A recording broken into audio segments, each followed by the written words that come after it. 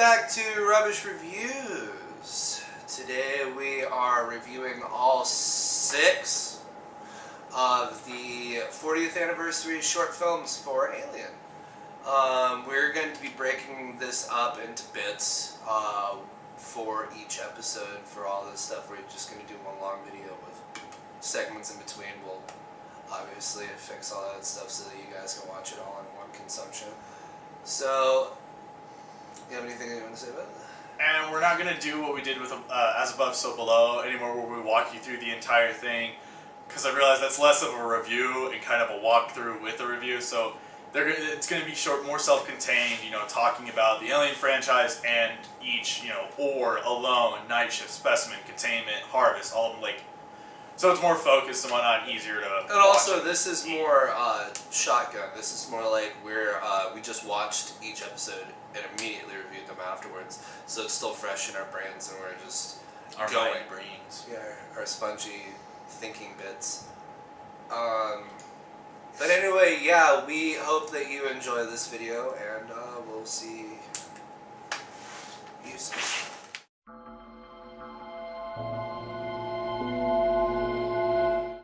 Alright, so we just watched Containment. What's your thoughts on it? Thoughts on it? I really like it. Had really good use of a red herring. There was the the dude passed out. It could be him. Turns out it's the other guy, the dude with the knife, who's definitely in a sense, for him, he's just waking up after being in the hell of what I can only assume was a couple of xenomorphs. They had a containment breach, maybe some ovomorphs popped. Facehuggers got out, got some people, obviously got him. He did look like he had really bad PTSD from the whole thing. He was very paranoid about everyone on board. It was very much so the opening scene from this was very much reminiscent of the original Alien movie, very quiet, outside, a space shot of the overview of everything. The ship exploding kind of was interesting too.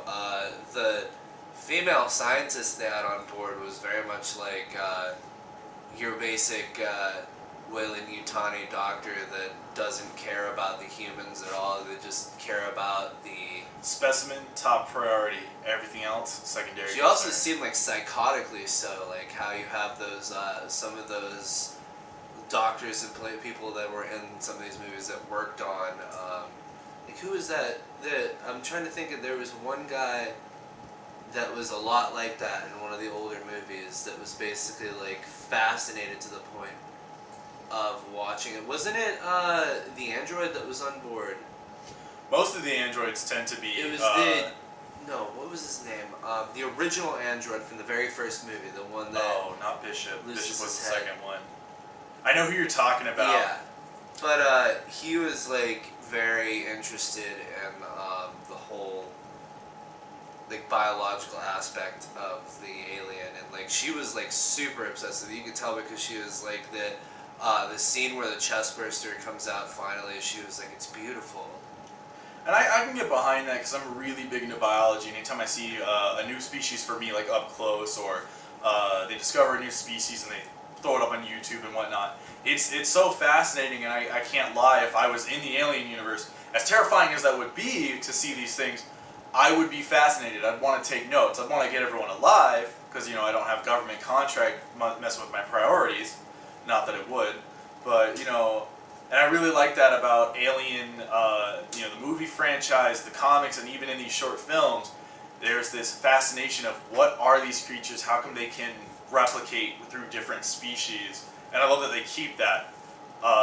This and all the other ones are very world building. It feels like that universe exists. And they do it in such a short amount of time. It's actually pretty fascinating. We also talk about the obvious use of what looked like either barbecue sauce or the famous Hershey's syrup. The Hershey's was used only in black and white films, though. Yeah, but that was obvious, to a point. It was yeah, I get it, the blood squib. Yeah, that was pretty great. Very very good. It's been a while since to talk about the newer ones. The births of the chestbursters have been more violent like that, but this is the first time like I'm seeing like a super violent reaction, like the blood shooting out of the mouth. Like it really didn't happen in the original one. The original one was just like he was just seizing out on the table and then it pops out. The blood makes a lot of sense though, because the thing's right there by your lungs, Yeah, and it's I can tell you puncturing from your experience, lungs, yeah. things rubbing on your lungs and puncturing your lungs, you're gonna be spitting out blood. Oh yeah. It makes more sense for it to be a violent reaction like that. I feel like they could have used, a great nod back when the dude's freaking out on, I think her name was Nessa? No, that was the scientist. Ward. Ward was the main girl. When the dude's freaking out on her, he just should have said, "Game over, man! Game over!" Literally, he had that vibe of just like, "You weren't there!" He's choking her, "You weren't there!" Threw her to the side. So you're talking about Aliens, right? Yeah. Game over, man! Game over! That's like literally my favorite scene from that movie. That's such a great movie. The ending scene, the ending shot was so perfect. The pan, the slow pan. She hears that they're docking, and so she runs over, and in blood, and she goes to write it so she can read it, and she stops. Goes to the other side, writes it backwards, so it says, do not open, yeah. right? And it picks up, and that's the end. And that's really good. That's very Aliens. That's very, there's Don't open, alien inside. Oh no, just no. You think of Walking Dead. Yeah. Don't alien open inside. But yeah, no, like altogether, this one so far, and this is the first one that we're watching right now. We're gonna do the second one here right afterwards. It's like he's seen the whole damn thing, but so far, beautiful, absolutely beautiful. Props goes to these guys for their cinematography because it's beautiful. It feels like a lived-in universe, just like you were saying, and it's great. I can't wait to watch the second one, so we're gonna come right here.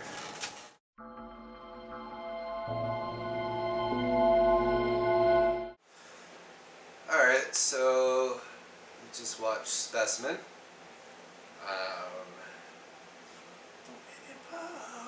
That shit made me sad. But it was really good.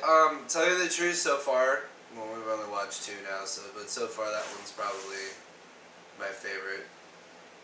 But that one had a lot of build-up, which was great. It seemed very like happy-go-lucky at first, which is great because they give you a misdirection so that it adds up the... What? I was just bitching about how their synthetic fluids look like semen. It had a lot of buildup in the last scene. Sorry. But anyway... Disgusting. Anyway, oh god, this really is trash. But anyway, it's rubbish. Yeah, I know. It's a rubbish review. I swear to God, if you don't shut the fuck up, I'm gonna cut this whole goddamn thing out. But anyway, it had a lot of great lead up throughout the whole episode towards like the point where there was an eminent feeling of dread for me. It actually like gave you that feeling of like tension, which was great because that's what I was always so. Keep talking. That's what I was always so. That's what it was. That's what I loved about the Alien movies the most was that there were these moments of genuine happiness on board the Nostromo in the original. Oh yeah. And then all of a sudden it just hits, and you're not knowing what's going on, and then it's just this feeling of dread of what's going to happen next. And that's something I really like about the Alien franchise is it reflects life better than most movies, because a lot of movies, it's just like the horror like builds up so quickly and so easily, but Alien, you're having a good time and whatnot, and the real thing about life is tragedy is going to strike you on some idle Tuesday when you think nothing's going on. It happens. And that's what Alien's really good at doing is people are living their lives, being people, laughing, eating fucking Chinese food on the Nostromo, and, John Hurt starts dying.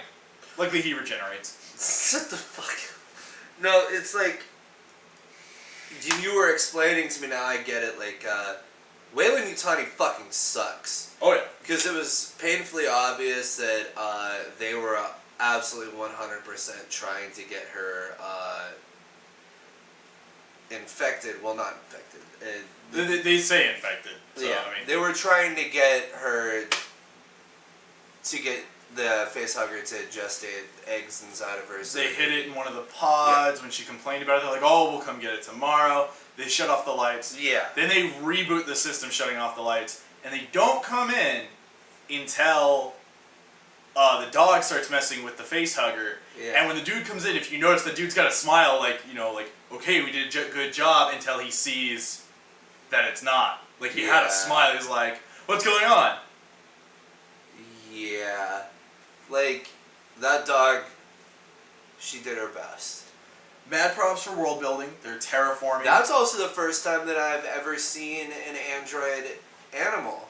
Yeah, that was the other thing. In any alien stuff, which is cool because it would make sense for them to make like pets and stuff like that and androids, other than like human stuff. Because I know Weyland Yutani was very prolific with all the stuff that they were trying to make. They did a lot more than just androids and stuff. Mad props for them having even though it's a short, having an alien film without a xenomorph, without a chest burster. Like the last one just had a chest burster, which was cool. This one just had a facehugger. Just a facehugger, and I've never facehuggers. They're scary for the moment, but they're there to make a point. This one is the bad guy of this. Yeah. You see it crawling up the little tube. She sees the tail, and then she sees the spider-like fingers coming around. You can hear the chittering and all the weird-ass noises that the facehuggers make, which is great. Really good. Damn, dude. Like, that's also the only other time that we've ever seen the saliva, the acid saliva that was used to melt through John Hurt's helmet. Yeah. The first one. That's also the first time that we've seen that acid saliva. That's why he pointed that out to me. I was like, what the fuck, was it injured? And then it was like, he reminded me of that because they really haven't used that in any other movies or any other media except for the first movie and this. You usually would see like a leg would get ripped off, like they used in Alien vs. Predator with a fucking...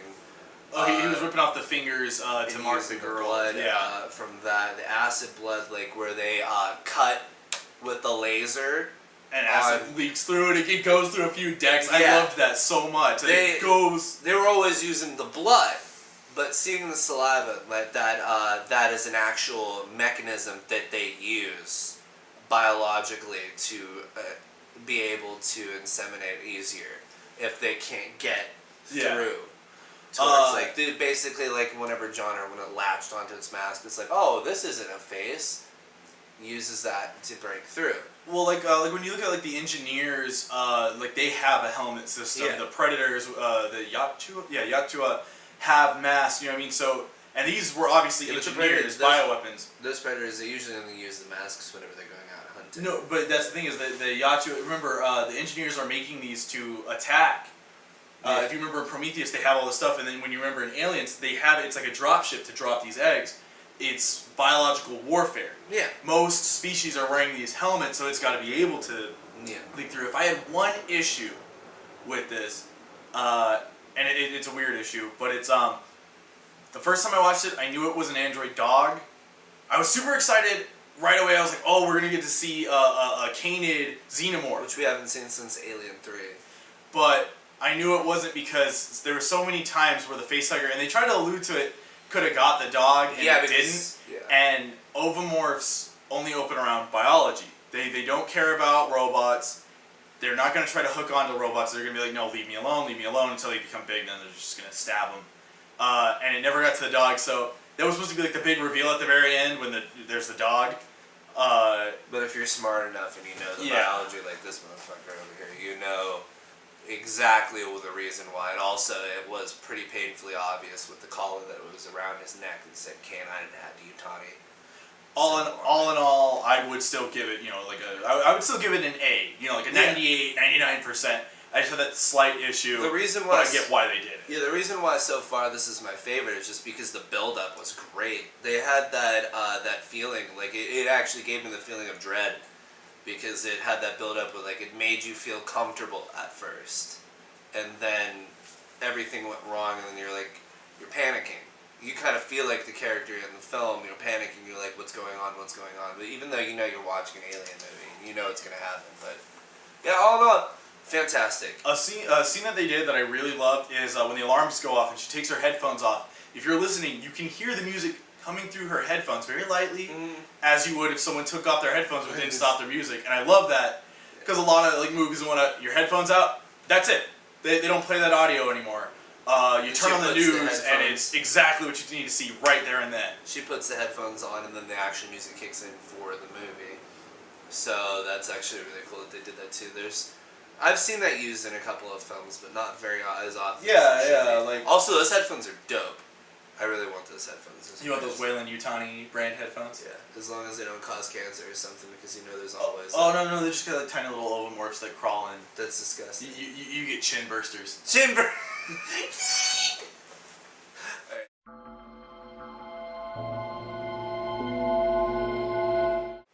Alright, so we just watched Night Shift.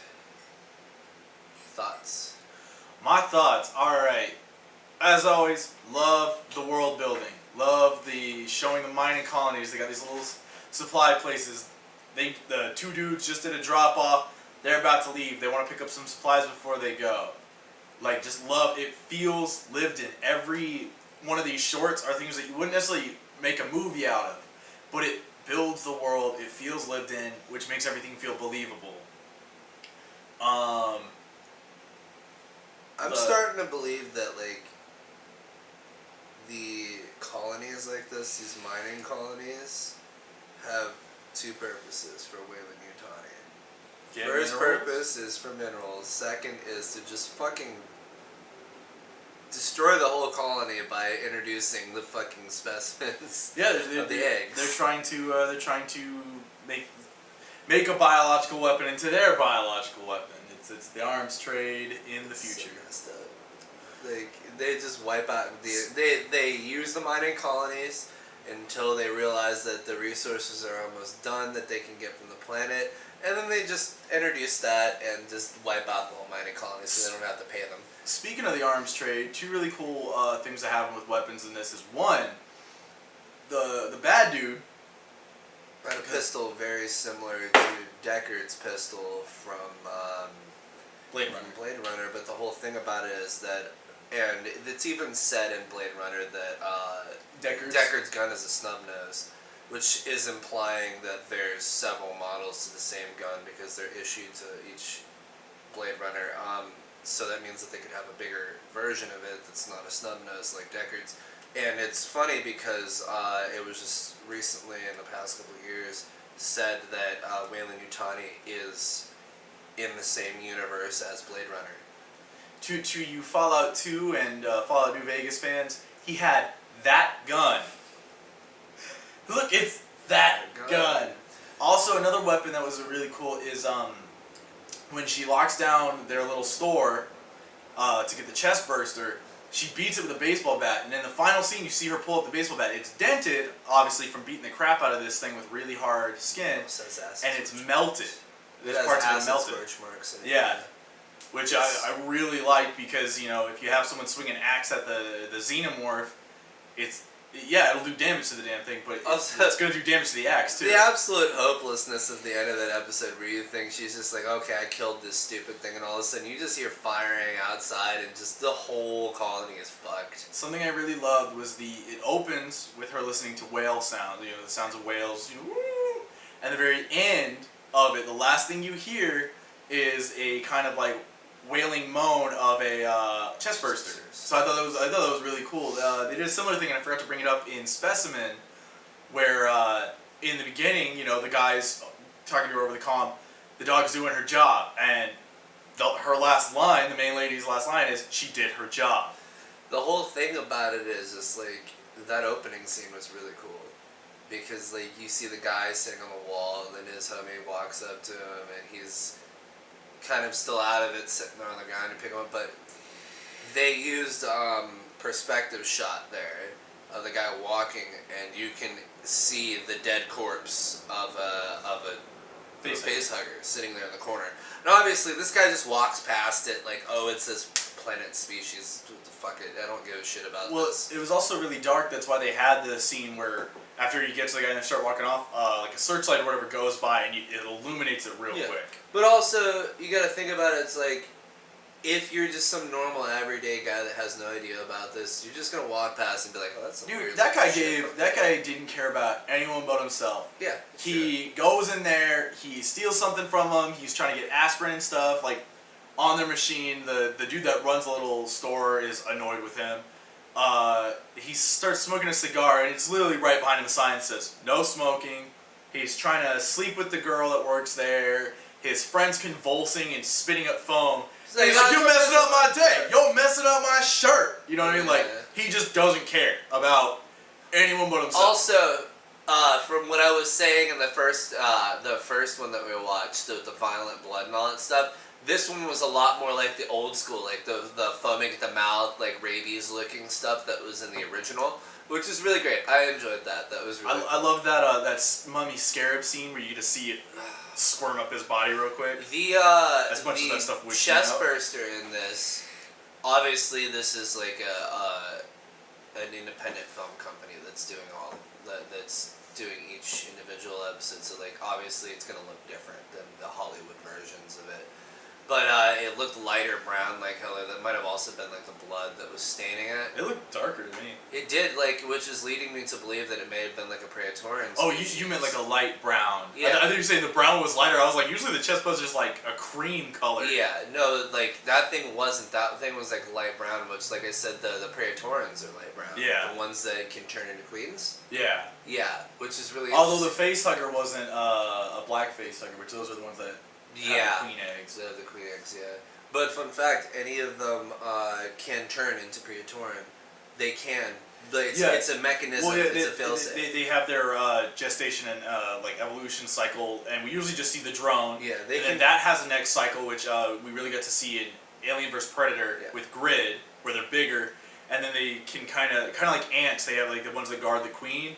And there's several other levels which I'll cover in Myths and Monsters, but yeah. So yeah, they can force themselves to become a Praetorian so that they can become a queen, just in case it's a failsafe, so that they can propagate their species and make a bigger colony. So just in case if like their queen gets killed or something, one of them could be like, okay, I need to be the next queen so that we can keep this going. I'm the new queen. Yeah, but you look at me. I am queen now. Dude, that. Also, LV-422, that was really cool to see. Like, LV-426 from Aliens. Yeah, well, the weird place is that I didn't think LV-426 is the name of the original one, too. No, I thought the original one was like DX and a bunch of numbers, because it was a planet that they haven't been to. It's not their own planet. They get a distress signal that they can't translate, and it's the space jockey. Before they were called engineers, it was called the space jockey, and that ship is what was beeping to them. No, that was actually just the coffee that was beeping at us. Oh, God! I hate you. We're going on to the next film. That one was really good, though.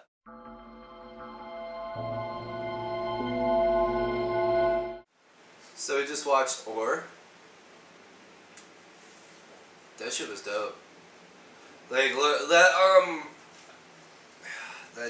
one goes to go. If you guys watch this one, that one goes to show you just how fucked up Whaley Yutani is. Like, to a T, like, that, everything is explained how shitty they are right there.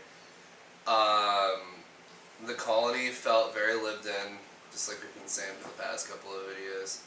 Well, no, this time it was the colony that felt, it wasn't just the universe, the colony. Oh, yeah, The interactions, the lady was going to have a granddaughter, you got to see her daughter, they interact. Felt very much like the scene in Aliens, where they're all on the ship and they're in like the locker room or whatever. They're all having like dinner in the mess hall together, and like they're all like hanging out, and it's very humanized. Is Alien 2 the Half-Life 3 of the Alien franchise? What? There is no Alien 2. It's Aliens. Yeah, you know why they did that, right? Because there was more than one? Yeah! I'm dead serious! It's just finding this out now? No! I just thought there was another reason that I didn't know about. Oh, the original one was just called Alien because there was only one. Alien 2 is the Half-Life 3 of Alien. Pretty much. Yeah. Pretty much. Yeah, they just called it Aliens because there was more than one alien. Real quick, while we're on the topic of the titles, shout out to Doctor Who for talking about how we have a horror movie called Alien, and if other alien species like integrate with us, that is like the most racist thing out there. You have an entire horror movie named Alien. It's very offensive. But on this, of all 6, this is my least favorite. Now, don't get it twisted at all. I think this is amazing. This is like when there's the 3 fastest people on the planet. They all run, and the person in third, he's in last. He lost. He's still the 3rd fastest person on the planet. This is still super good. Really enjoyed it. Just compared to the other ones, there was so much more for me to like nerd out about science-wise. Loved the scene with all the ovomorphs closed and the one open one. And well, what I think is that because they're pushing the mines further, I don't think Wayland actually put eggs on this one. They just because they were talking about you at a finder's fee, which means that they're going to pay them because they found out that this was like a planet that had that organism. They were about to pull out because they couldn't find any more platinum, but they're like, no, keep digging. There's something here we want. We're going to let you think it's platinum. Nah, it's ovomorphs, my dude. Dude, I want an ovomorph omelet. I don't even like eggs. Ugh, God. Dude, that'd probably kill you. But that's probably what you want. But anyway, Why not both? That xenomorph was a great payoff. Like, absolutely. Like, where it's like jumping on the walls and it's chasing the people and it's like killing them. And why didn't she pick up the gun? She was about to shoot the eggs. Yeah, the gun was right there. They went back to a spot to grab, like mining equipment. To be fair, but it was right there next to her. And they grabbed an axe that was also next to them. They grabbed the gun.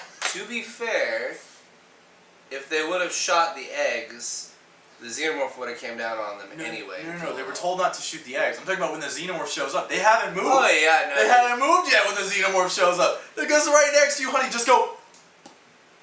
Just take it with you. She had no reason to because they had no idea what was going on yet. I get it. That thing just ate Frank. I'm sorry, but if you and me are walking down the street and some crazy amorphous black dinosaur looking thing just starts eating you, I'm gonna grab whatever I can to beat the crap out of the thing. Well, that thing was really close. The xenomorph was really close to the gun, so. No, they're right here. They haven't moved. So-and-so goes forward and then gets grabbed. They're still right next to it. Yeah, that was my complaint. She could have ran for it and grabbed the gun. The old lady in this, the mom was very Ripley. Mama Goat? Very Ripley-like. The whole badass. Like, and she basically tells the person in charge to go fuck herself. Really? Because she told her, she's like, just just come back up. They'll give you the finder's fee. And it was just like, no, my whole family's up there. Your whole family's up there. Why would you want to do that? And really loved the scene with her and her daughter. It was they could have taken it out and it still would have worked, but I thought it was very touching and worth having in. Yeah, it says it humanizes the whole thing and it makes you feel like emotions towards it. But yeah, no, this one so far, real good. So going on to the next one.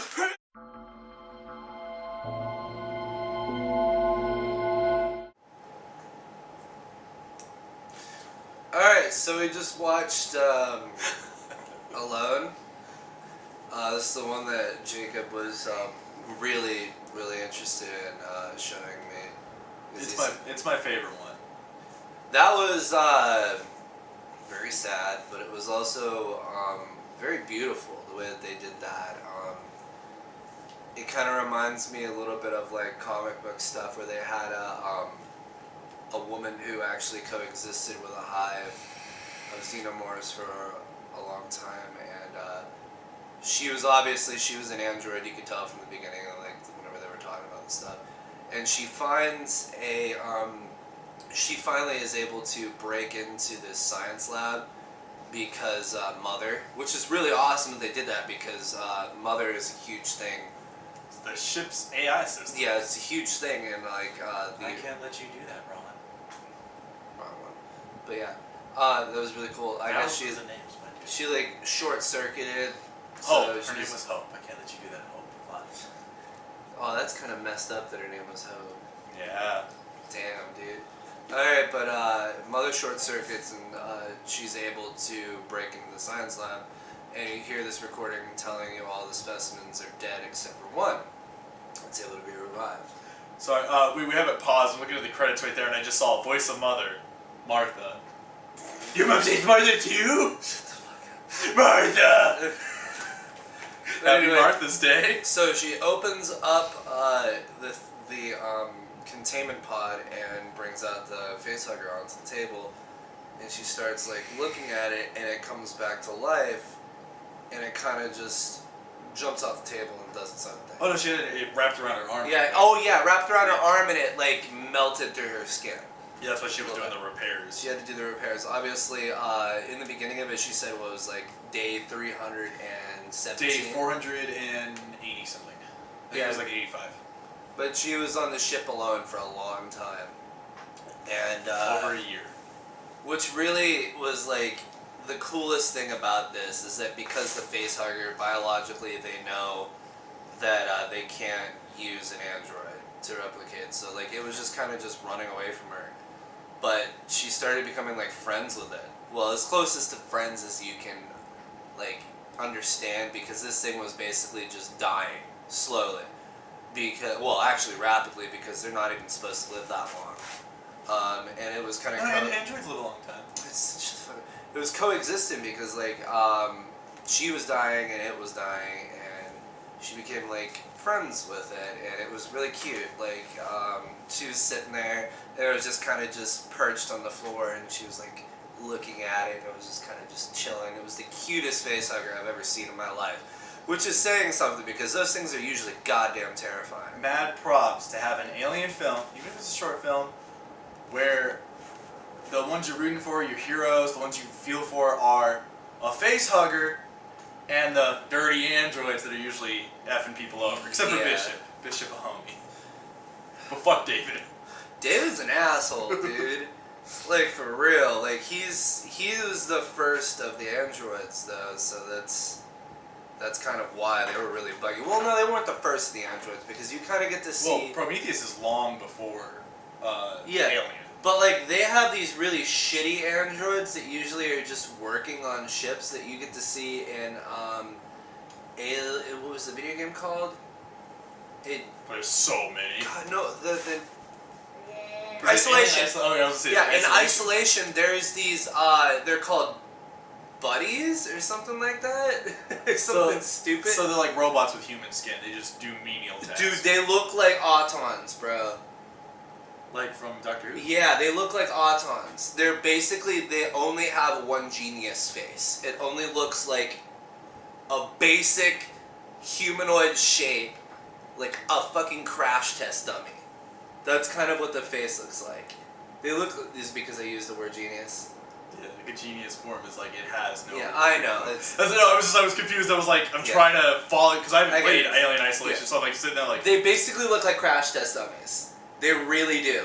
And they're very stupid, and... So they're the B-1 battle droids from Star Wars? Yeah, we're gonna have to play that game. Oh, yeah. I'm gonna have to suck it up and deal with my fear, because that was one of those games. I bought it for Xbox One whenever we had the shitty Xbox One, and I also bought it for PS4. And both times when I played it, I quit. The first time was because I didn't realize, because we had a Kinect that came with it.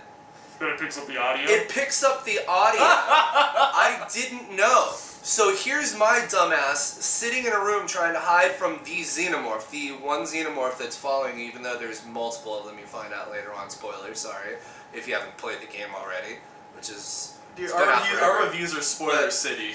But I was sitting in this room trying to hide, and I was just cursing the thing out the whole time, just yelling at it. And then all of a sudden, it gets me, and I'm like, how did it get me? It was far away, and it somehow found me. And then the game over scene, whenever it was reloading, it said, try to be a little bit more quiet. And I was like, what? And then I pressed pause, and I went to the options, and it said sound, like this in the sound options, it was picking up audio, and I was like, oh no, fuck that. I unplugged the Kinect, and I was like, nope, I'm done with this game. Because that game is utterly terrifying, because you're by yourself the whole game. Yeah. It's just you.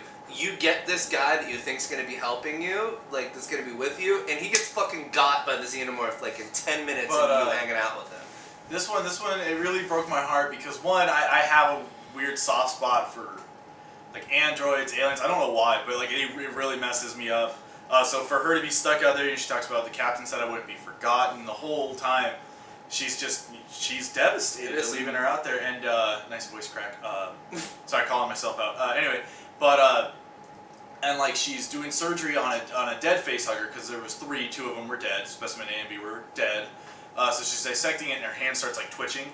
And she's talking to the little facehugger. You know, they don't make my parts anymore. So even if we get home, I'm gonna die. But the part that really got me is I do a lot of realism sketches, and she's doing one, and her hand twitches and makes this like zigzag across the face that she's working on, and she throws the pen. It's a real quick scene, but still, it's like I get that, you know, when your body's quitting out on you and you're trying to do things to you that are basic, you know, they're easy to do, and you can't even do the simplest things. It's really good, but this one really like got me. The worst part about it is when the captain said you won't be forgotten, it's just because she's Wayland Yutani property and they're just going to scrap her, which is messed up. She counted the rivets. The rivets. There was 298 in this one haul. Oh, That's no, she said 20,000. I just remember. 62. No, because it was 298. The other one had 2 less. Yeah. Which would be the 62 on a different one. And she's going to report that when she gets home. So even, you know, she's still doing her programming to learn. And another thing that I saw is she's trying to do basic human things to pass the time because she's an android. She doesn't really sleep and has over a year awake. Nothing new. You see her jogging, you know, doing like a little jogging thing.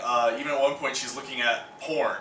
Yeah, she's like looking at it. She's like, you know, just trying to pass the time. Yeah. I think that scene where like they know it's inevitable, they're about to die, and the facehugger's sitting there just barely moving, and she's like, "I'm not gonna let this happen," because that facehugger was so far gone that whenever they finally found a human to use it as a host, she literally had to pick the facehugger up. Yeah, she was holding it on his face. Hold it on his face. Like she hit his head on like. I ship it. No shit pun intended. I ship it. She smashed his head on there to knock him out and make him like woozy and all that stuff. And she literally held it on him until it was done.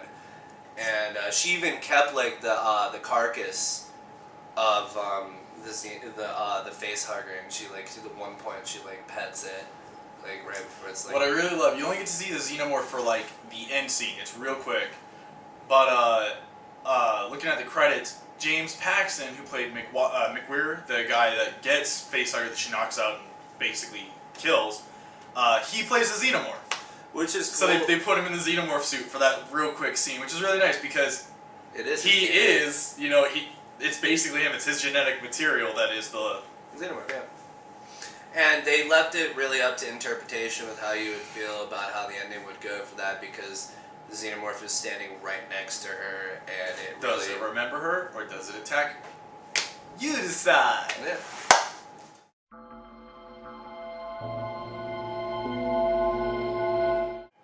Okay, so nerd. We just watched Harvest. Okay, so that was the most Ridley Scott one out of all of the ones that I just watched. The cinematography was beautiful. There was a lot of like strobes, dark hallways with like the fans spinning, the light shining through them. It was beautiful. Cinematography, masterpiece for that one. Fantastic. I want to recut it with Darude Sandstorm with all those strobe lights. But that's after watching all 6. Yeah, that's my favorite one. Absolutely. So yeah, no, that had everything you could ever want from it. The xenomorph looked fucking beautiful. Punctured through a dude's skull, and you could actually see the mouth. Yeah, the mouth came out and got him. That was awesome, dude. That twist at the ending got me, bro. Because they had 4 people that were there in that one. There was obviously from what looked like the captain, Sturgis. He got real quick. He was the one that got through the head. There was a lady, Marnie. There was another lady with a child. That's Mari. Yeah. Hannah was the android. Yeah. And then there was Alec. And then there was another dude. And yeah, he is about to get taken away by the xenomorph, and they kind of chop at the xenomorph, and it runs away. But it gets him in the face, which is kind of like reminiscent of what happened in Aliens with the other guy. He does get like splashed in the face with the acid, and yeah, and then he comes back all bald, and he doesn't remember his name, and you know, it was really rushed out. Oh, sorry, I thought we were talking about the ending of Gotham. Oh my god. But he said acid to the face. Yeah, I know, but dude, that ending had me shook, bro. Like, so she overrided the capacity, the max capacity for that Escape pod that they were getting in, and she goes in, sits the guy in the chair and hooks him in, and then the girl goes and sits down, and the ship thing says, what was it? Organism? It Tissue. says, It yeah, says foreign tissues. Foreign tissue. Warning, foreign tissues. And then the girl looks over, and her boyfriend can just shoot out of. Oh, it's mine now. No, that's mine. Anyway, turns around and the facehugger's on her husband. Is that her husband? Yeah, Alec. Yeah, so on her husband's face, and I was like, oh shit. And then she looks over in the corner, and there's an egg, and it starts opening, and then it pans over the doorway, and the lady's just smiling, and then the xenomorph appears behind her and just like spears her with a tail, and like it starts. Queen takes Bishop. It was very reminiscent of that. The tail went through the back, and she started puking out the white. I'm so happy that you said Queen takes Bishop. That's like one of my. I have a little figurine. So do I. Yeah. Yeah, but yeah, she starts spewing out the synthetic fluids from the mouth, and she's still smiling. That was the most evil thing I had ever seen in my life. It was so. Yeah, but anyway, no, like that was so good, dude. Like, fuck, 100%, the best one out of all 6 of them for me, at least. Like, I'd say like. Personally, Alone's my favorite, but yeah, I would say that was the best one. That was the most, like, Ridley Scott. He was, like, freaking out. He was like, oh! That ending freaked me out, dude. I was like, that's so sick. And it's like, it definitely plays on the fact that most of the androids from Weyland-Yutani are just assholes, just straight up dicks. And that was definitely one of them. And you could tell, like, she was getting, like, some sort of sick satisfaction out of watching that shit happen. Oh, yeah. It was dope. Also, I was wondering how the hell that would work with the lady in the facehugger since she was pregnant. Okay, so the thing is, from, like, AvP we saw, the Predalien was pumping the eggs in pregnant women because of the room, the amniotic fluid. The womb and all that, having so much space, it can do multiples. A facehugger actually holds 2 eggs, those little, like, pods that it has, like, you know, it has the thing and there's little pods. Mm-hmm. That's 2 eggs. It only shoots in one, but it has like one as a backup, basically. So with her, I didn't know that. See, with her, it may have laid 2. I always thought that those things on the side were like pods for them to breathe. No. Okay, so they have their like mouth, the little mouth thing. They have a chitinous exoskeleton with the digits, so they can move around the tail to wrap around the neck as a failsafe. Like when they try to pull it off, it tightened. And then those little sack things hold an egg each. Huh. Yeah, there's 2 eggs. There's the ovomorph, the big egg that does the facehugger, and then the little eggs that do the chest bursters. Nice. Queens can deposit those with their tail, as well as we saw in AvP. Oh, yeah, when she stabbed him at the very end. But yeah, so she may actually be carrying 2, but by the little report that it shows, it seems like not. That, you know, it only laid 1 in her, which is I did fine. like I don't know if face huggers can actually deposit both eggs. I did like that, how it said organisms on board 2, and then survivors 2. All this 2. All the stuff faded out except for the 2, and it was there for a solid second, and then it left. But yeah, no, fantastic. This was a great one. Really had me hyped for that stuff, and it really gives me a lot of hope for the future going forward, seeing that there's really, really talented filmmakers out here that are willing to put in the effort for this stuff. If anyone knows if there's any like official thing about where in the continuity these fit in the timeline, because I have no idea. I've tried looking it up, and I just have really bad luck with the internet. I'll type in something, you know, electric wheelchair modification, and I get, you know, what I'm not what I'm looking for. So maybe I'm typing it in wrong. If anyone finds it, please leave it in the comments. I really want to know. Usually, as for like the history and stuff that goes for Weyland Yutani, from what we know from like the movies, watching all the stuff, a lot of these mining colonies and stuff like this all took place in the same type of period. No, I know, but like maybe compared to the actual movie, so like Alien.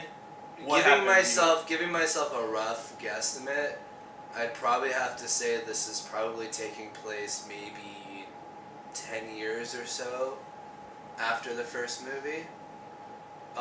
Roughly. That's my guess. It could be wrong. But if you guys know, please let us know. Drop it in the comments. Because I'm pretty sure that for the longest time, because it took a while for like Weyland Yutani to develop the space travel stuff, to get them out there and all that junk, and then the mining colonies and all that stuff went on for a good portion after they had perfected the space traveling, and also working on the technology that allows them to terraform planets. Yeah. Which they worked on that stuff too, and after they figured all that stuff out, there was a big time span where they were terraforming planets. Yeah. Which is probably that time period that this is taking place in whenever they're doing mining colonies and all that. But anywho, Harvest, sick as fuck. Yeah. Absolutely. 100%. Like it. Thank you for watching our Aliens 40th Anniversary Special Review. As always, I'm Ollie. I'm Ryan. And just thanks for sitting through, watching everything. If you have any questions, comments, something we should do a review of, let us know. We do plan on doing all of the Alien films, all of the Predator films, Prometheus, and yes, AvP and AvP are, much to the dismay of this one. We are rubbish reviews, so we are going to review garbage a lot of times. Yeah, I have never actually seen Requiem, to tell you the truth. It's not the best. I've seen it. I've seen it in theaters. I'm just saying I haven't seen it because there was nothing to watch because it was too dark. Darkness. I do, however, remember a xenomorph just really wanting a hug from someone so bad that he busted through a window to give him a hug. It was actually quite sad. But more on that when we review those. Thank you so much, and as always, have a good time. See you in the next 57 years when you wake up from cryo sleep, and don't forget your cat.